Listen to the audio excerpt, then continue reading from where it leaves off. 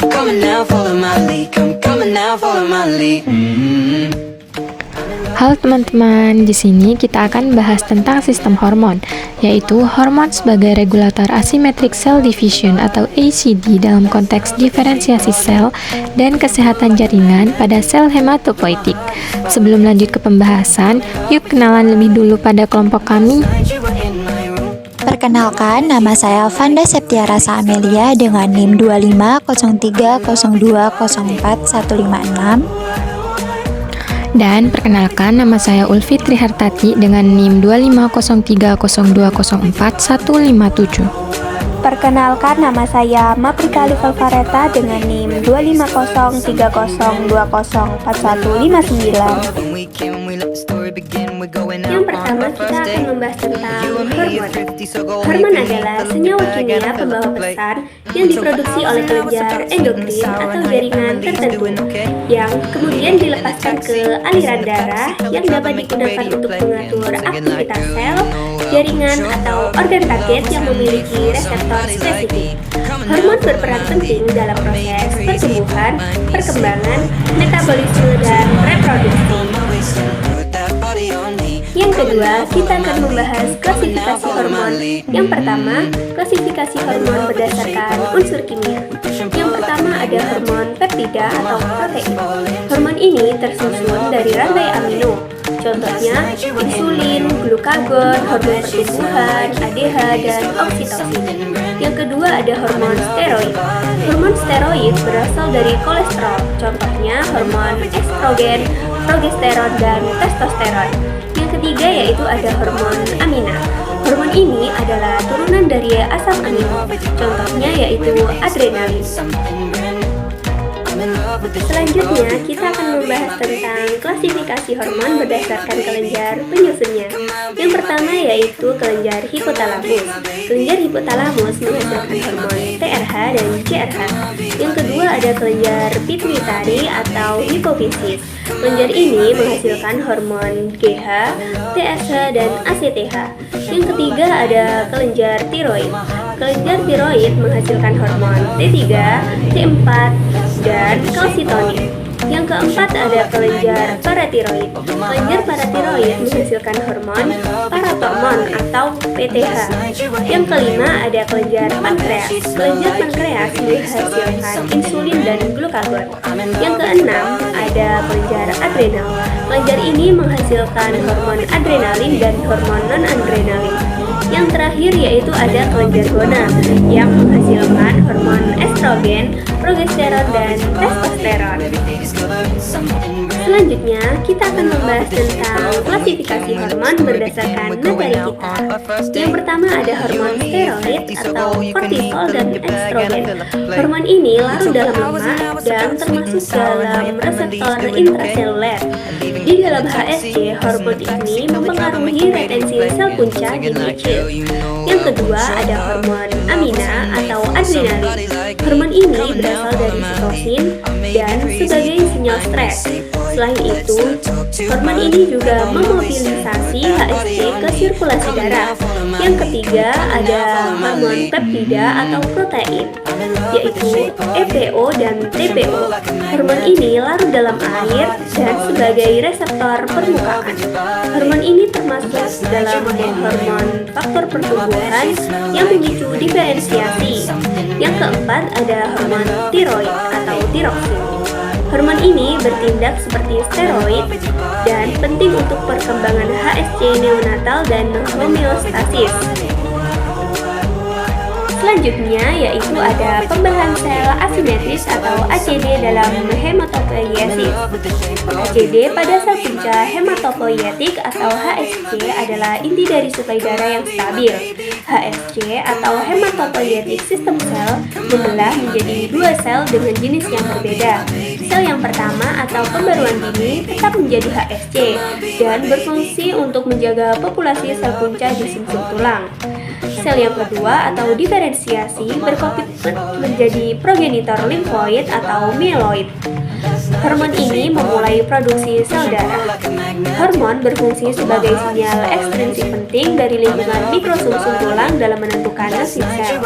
Sedangkan ACD adalah mekanisme fundamental untuk mempertahankan reservoir HSC dan menghasilkan keragaman sel darah dengan regulasi yang ketat melalui polaritas sel dan distribusi konten sitoplasma yang berfungsi berubah seiring penuaan dan penyakit. Dan selanjutnya ada biosintesis organ utama. Yang pertama ada ginjal atau eritropoietin atau EPO, yang dimana merespon hipoksia dan memicu produksi sel darah merah. Ketika ginjal mendeteksi kadar oksigen rendah dalam darah, mereka akan melepaskan EPO yang merangsang sumsum tulang belakang untuk meningkatkan produksi sel darah merah, sehingga meningkatkan kapasitas pengangkutan oksigen dalam darah. Selanjutnya hati dan sumsum tulang. Trombopoietin atau TPO memproduksi semua jenis sel darah, termasuk sel darah merah, sel darah putih, dan trombosit. Dari sel punca hematopoietik atau HSCS, sumsum tulang juga menyediakan lingkungan mikro yang mendukung kelangsungan hidup dan diferensiasi HSC. Hati juga berperan dalam metabolisme dan detoksifikasi hormon steroid. Selanjutnya ada kelenjar adrenal atau kortisol, yang dimana menginduksi perubahan lingkungan hormon-hormon, di mana hormon-hormon yang terlibat dalam respon stres, metabolisme, dan fungsi kekebalan tubuh, tetapi juga memiliki efek tidak langsung pada hematopoiesis. Selanjutnya, mekanisme biosintesis utama. Yang pertama ada sintesis, di mana terjadi produksi hormon EPO di ginjal dan TPO di hati. Yang kedua ada aktivasi, yaitu pemotongan prohormon atau pelepasan langsung. Yang ketiga targeting, ikatan reseptor spesifik pada permukaan HSC. Yang keempat ada degradasi, yaitu internalisasi reseptor dan lisosom. Yang terakhir ada clearance, yaitu ekskresi ginjal dan metabolisme hati. Selanjutnya, jalur regulasi biokimia 1, yaitu sinyal diferensiasi. Yang pertama ada JAK atau STAT, jalur sentral, yang diaktifkan oleh EPO dan TPO, di mana pengikatan hormon dilanjut oleh aktivasi JAK, kemudian dilanjut lagi oleh fosforilasi STAT, dan kemudian dilanjut oleh translokasi ke nukleus, yang dimana berfungsi untuk mengatur diferensiasi gen. Yang kedua ada CAMP atau PKA yang diaktifkan oleh adrenalin, yaitu memicu pelepasan HSC dari ceruk sumsum tulang ke sirkulasi atau terjadinya mobilisasi. Selanjutnya ada jalur regulasi biokimia 2 atau keseimbangan energi. Yang pertama ada mTOR atau proliferasi, aktif saat nutrisi cukup, mendorong HSC keluar dari quiescence atau fase tidur menuju pembelahan.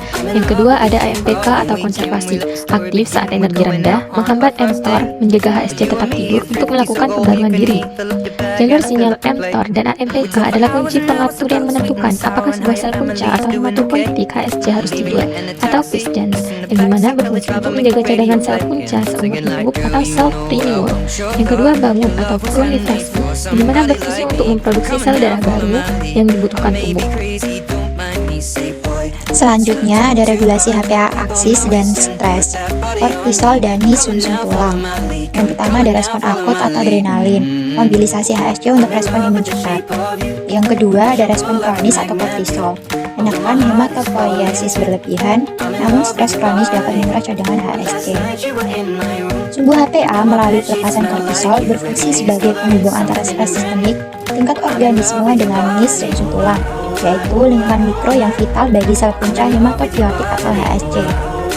Nis ini adalah rumah bagi HSC, mengatur apakah sel tersebut beristirahat, membelah, atau bermigrasi. Ketika sumbu HPA tidak berfungsi dengan baik, misalnya terlalu aktif atau terlalu kumpul untuk merespon kortisol ini, menyebabkan pelepasan hormon stres yang tidak terkontrol.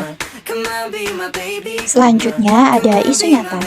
Akhir-akhir ini, tepatnya pada tanggal 16 Oktober 2025, terdapat berita bahwa minum air kemasan disebut berbahaya bagi kesehatan. Loh, kok bisa? Jadi, menurut sebuah penelitian terbaru yaitu tim ilmuwan dari Universitas Concordia, Kanada, mengungkapkan dan menemukan bahwa kebiasaan meminum air kemasan dapat membuat seseorang menelan puluhan ribu partikel mikroplastik setiap tahunnya dibandingkan air keran.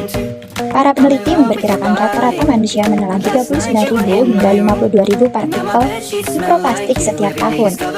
Mikroplastik sendiri adalah partikel plastik berukuran kurang dari 5 mm yang berasal dari pecahan benda plastik yang lebih besar yang kemudian masuk ke dalam aliran darah dan menumpuk pada organ vital seperti jantung, paru-paru, hati, ginjal, dan plasenta.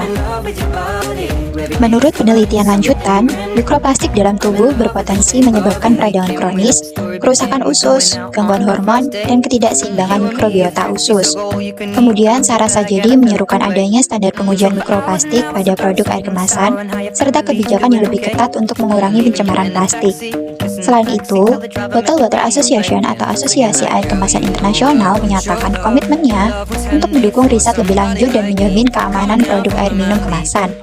Mereka juga menegaskan bahwa mikroplastik bukan hanya tanggung jawab industri air minum kemasan saja, tetapi juga masalah global yang harus diselesaikan bersama.